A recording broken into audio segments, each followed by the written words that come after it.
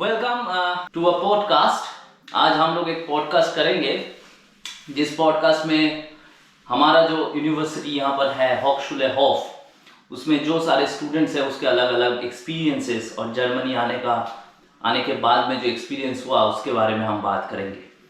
तो पहला हमारा जो पॉडकास्ट आज स्टार्ट किया, उस पहला पॉडकास्ट का जो गेस्ट है दैट इज प्रथमेश भाई, प्रथमेश खराट। Thank you. तो आप भाई प्रथमेश भाई बताओ कि आप जर्मनी कब आए थे? मैं जर्मनी आया 30 अक्टूबर को।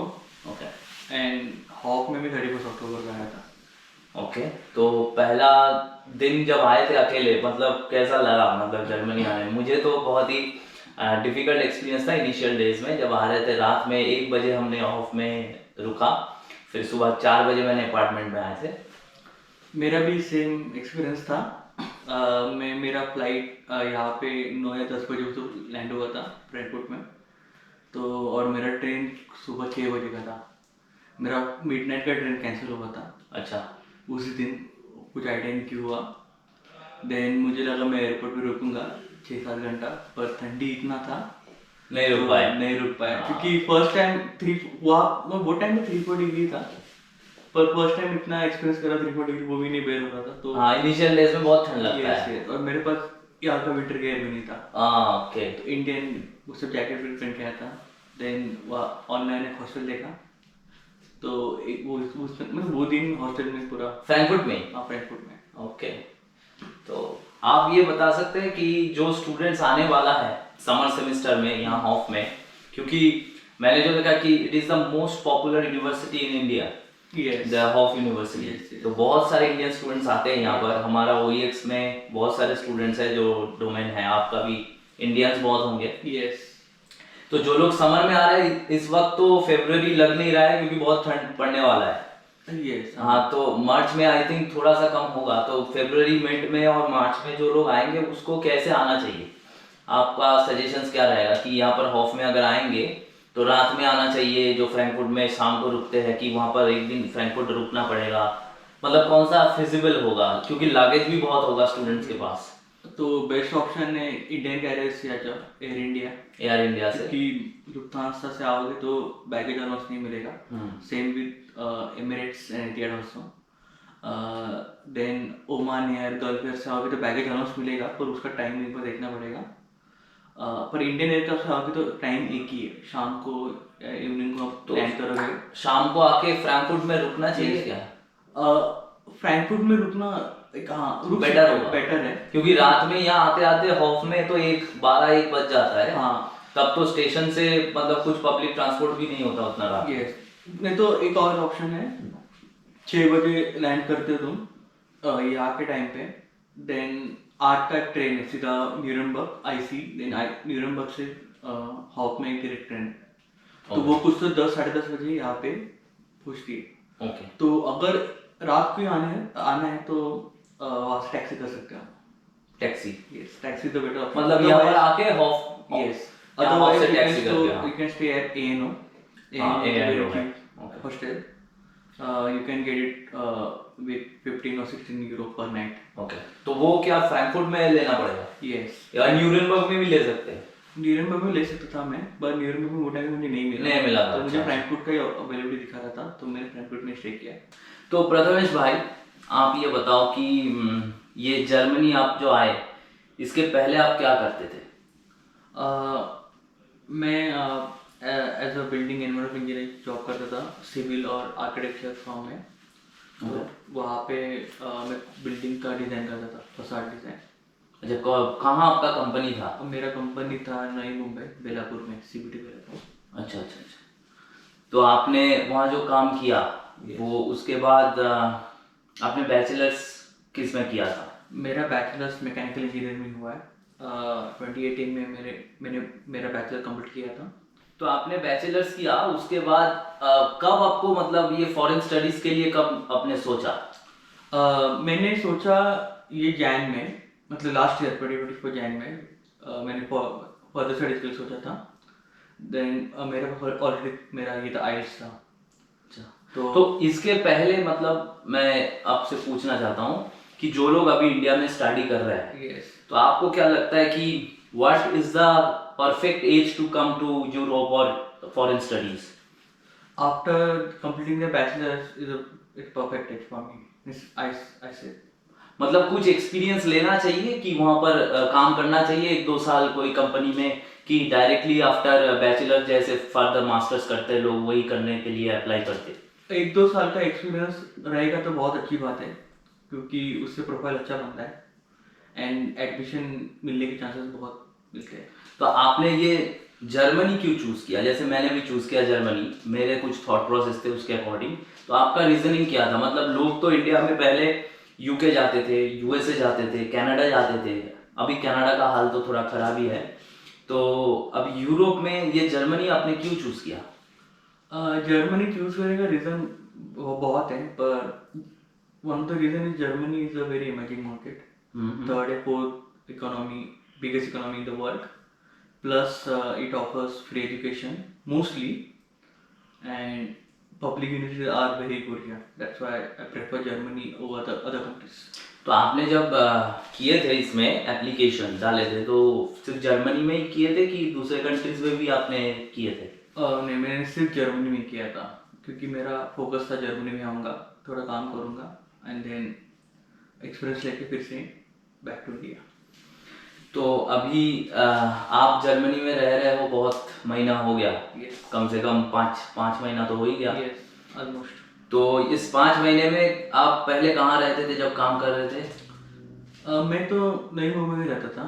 तो Mumbai is also a very developed city in India, it is Yes. Very good metro city. Yes. तो अभी आप जर्मनी का कंपैरेटिवली एक विलेज साइड में रह रहे हो, हाँ, हॉफ जिसको बोलते हैं सबर्ब्स में पड़ता है, Yes. बड़ा सिटी नहीं है, तो आपको डिफरेंस क्या लगा?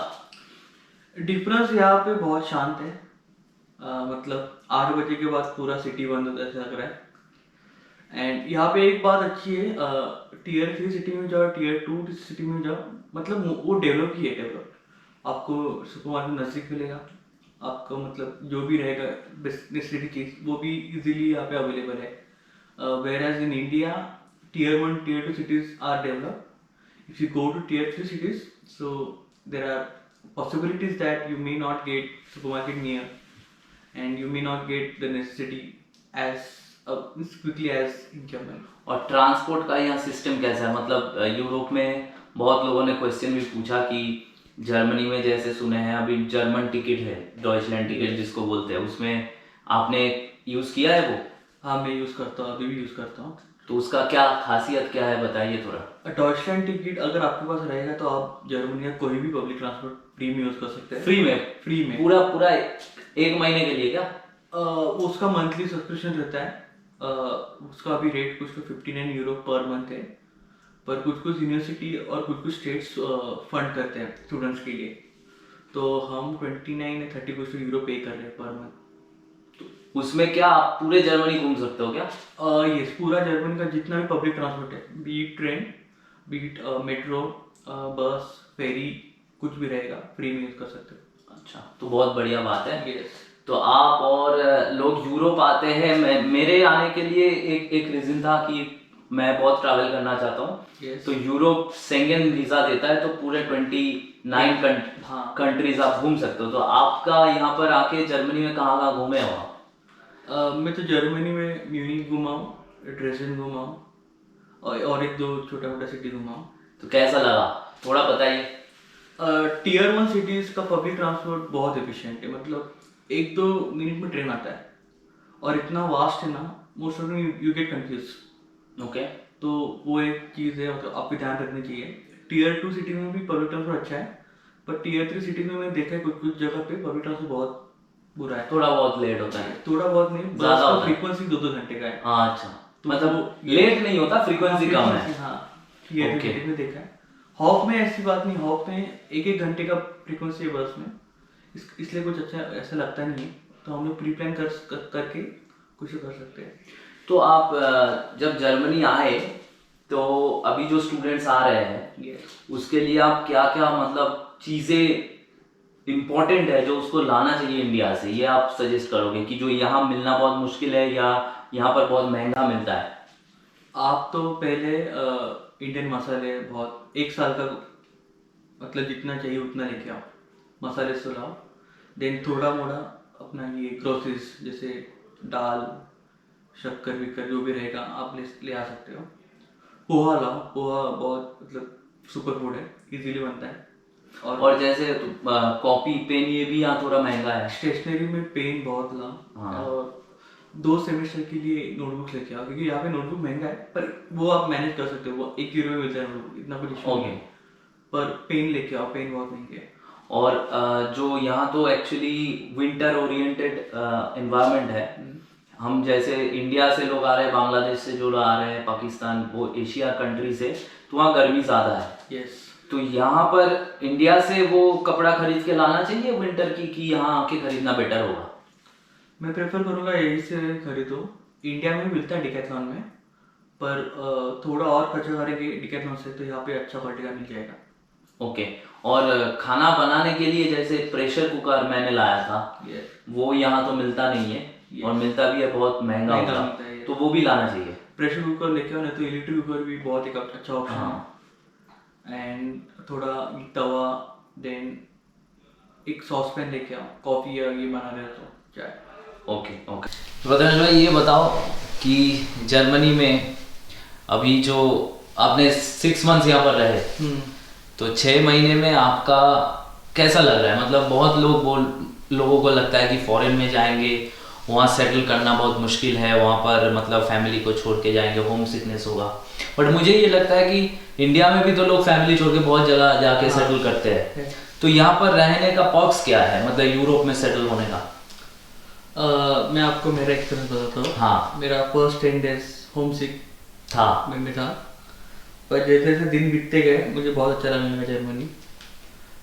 मैं इंडियंस के साथ घूम रहा हूँ, प्लस मैं अदर कंट्रीज के पब्लिक के साथ भी बातचीत कर रहा हूँ, तो मुझे एक एक्सपोजर भी मिल रहा है, एक अच्छी बात है मेरे लिए। तो फर्स्ट 10 days मैं होम सिक कंडीशन में था, पर जैसे जैसे दिन बीतते गए तो मुझे जर्मनी बहुत अच्छा लगने लगा। ओके।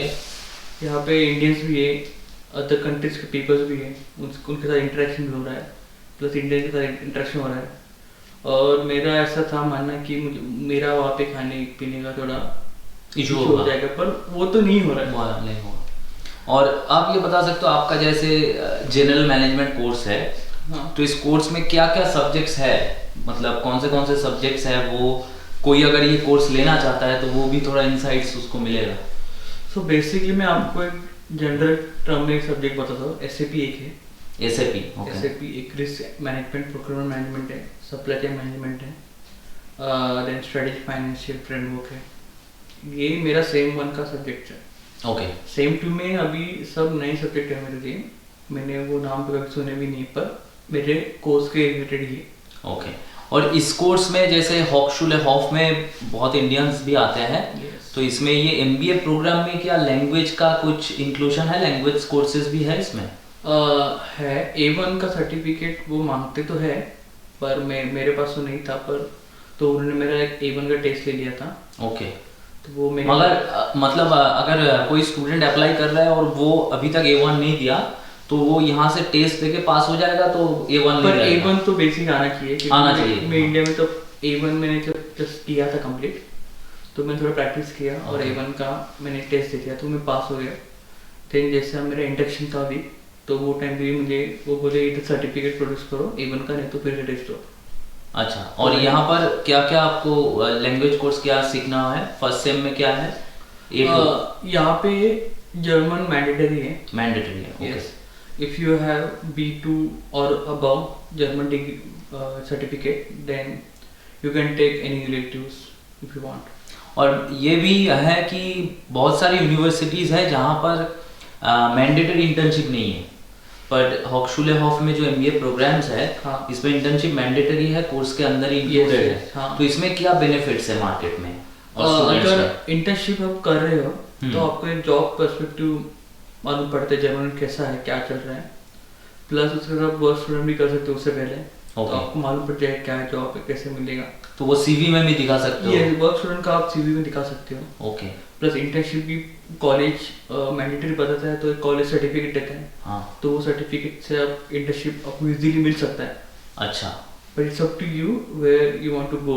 मतलब वॉलंटरी इंटर्नशिप जहाँ है उससे ये बेटर है ऑप्शन। yes मैंडेटरी पर इंटर्नशिप में तो सब नहीं करना चाहिए। अगर जो MBA कर रहा है, कोई भी मैनेजमेंट कोर्स में है, तो उसने इंटर्नशिप तो करना चाहिए।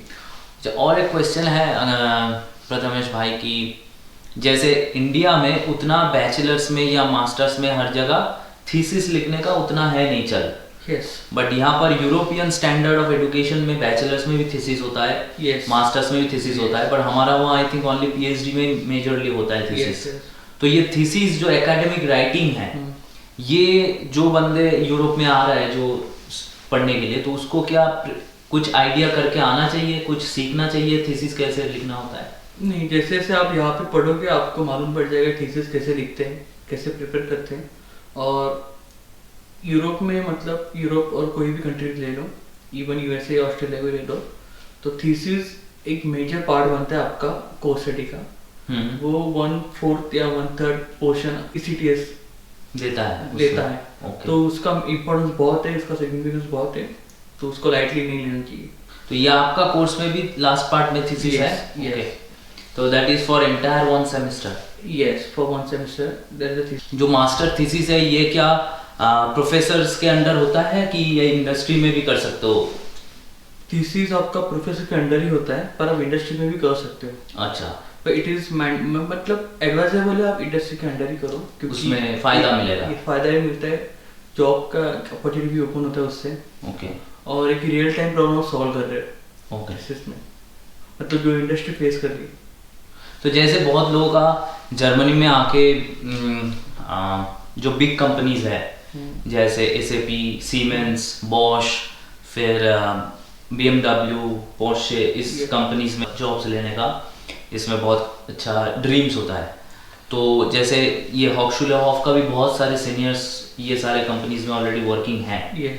तो आप after your finishing of your study, तो आपने ये सारे बिग कंपनीज को सिर्फ टारगेट करोगे कि also the mid size enterprise जो बहुत सारे चैंपियंस है इन देयर फील्ड्स, उसमें भी आप करोगे एप्लीकेशंस? एंड मैं Tier 1 Tier 2 कंपनीज को टारगेट करूंगा। यस। तो आपका कौन सा सेक्टर में जाने का मतलब पैशन है, कौन से डोमेन में आप जाना चाहते हो?